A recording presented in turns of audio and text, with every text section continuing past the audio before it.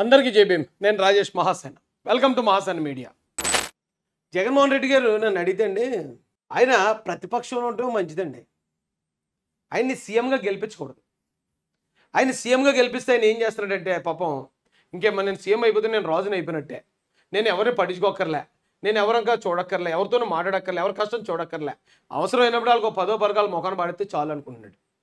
ఆయన ఒక్కసారి ఓడిపోయిన తర్వాత చూడండి, వారి భార్య గారితో కలిసి సాధారణమైన ప్రజలతో ఎంత హాయిగా మమేకమై తిరుగుతున్నాడు. ఎంత ప్లజెంట్గా చక్కగా మంచి వైట్ కుర్తా వేసుకున్నాడు ప్రశాంతంగా అందరితోనూ కలిసి. సాధారణమైన ప్రజలండి వీళ్ళు. ఈయన చూడండి సింపుల్గా వెళ్ళి బయట జనాలలోనే పబ్లిక్గా ఆయన ఒక సెల్ఫీ దిగ్గలిగాడు. అదే ఆయన కానీ ముఖ్యమంత్రి అయ్యాడు అనుకోండి, ఇంకంతే ఎమ్మెల్యేలు మంత్రులే కలవలేరు ఆయనకి.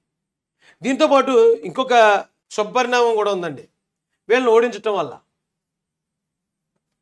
మీరు ఇక్కడ చూడండి, వైఎస్ఆర్సీపీ అఫీషియల్ పేజ్. ఏపీకి ప్రత్యేక హోదాపై పార్లమెంట్లో గలమెత్తిన వైఎస్ఆర్సీపీ.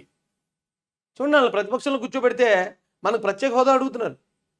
జగన్మోహన్ రెడ్డి గారు ప్రజలందరితో కలిసి తిరుగుతున్నారు. వాళ్ళు ఎప్పుడు వాళ్ళని అక్కడే ఆ 11 సీట్ల దగ్గర కూర్చోబెట్టాలండి. వాళ్ళకి ఏమైనా కొంచెం అవకాశం ఎక్కువ ఇచ్చి వాళ్ళని పాడు చేసిన వాళ్ళు అవుతున్నాం మనం. అధికారం ఎవరికి ఇవ్వాలి అంటే, ఇది ఇలా ప్రజల్లో మమేకమై తిరుగుతున్నారు కదండి ఈయన. ఇలాంటి వాళ్ళ చేతికి అధికారం ఇవ్వాలి. ఎందుకంటే అధికారం ఇచ్చినా హుందాగా ప్రవర్తిస్తారు, తగ్గింపుతో ప్రవర్తిస్తారు. ఆయనకి అధికారం వస్తే ఆయన లెక్కలేని తను వచ్చేస్తాడు. జగన్ గారికి పెద్ద పెద్ద కేకలు వేసేస్తాడు, అరుపులు అరిచేస్తాడు, పెద్ద పెద్ద కళ్ళు చేసేస్తాడు. ఇక్కడ ఎన్ని అన్యాయాలు జరిగినా, మానభంగాలు జరిగినా, హత్యలు జరిగినా పట్టించుకోడు. అలాంటి వాడికి అధికారం కరెక్ట్ కాదండి. ఇలా హుందాగా అధికారం వచ్చిన తర్వాత కూడా పేద ప్రజలతో కలిసి తిరిగేవాడికి అధికారం ఉండాలి.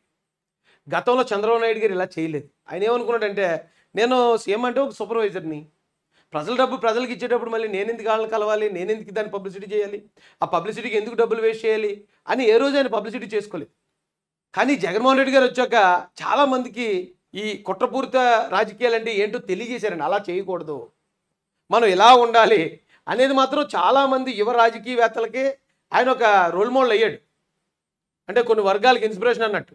ఇప్పుడు చంద్రబాబు నాయుడు గారు డైరెక్ట్గా ఈయన అప్పుడు ప్రజల్లోనే ఉన్నాడు.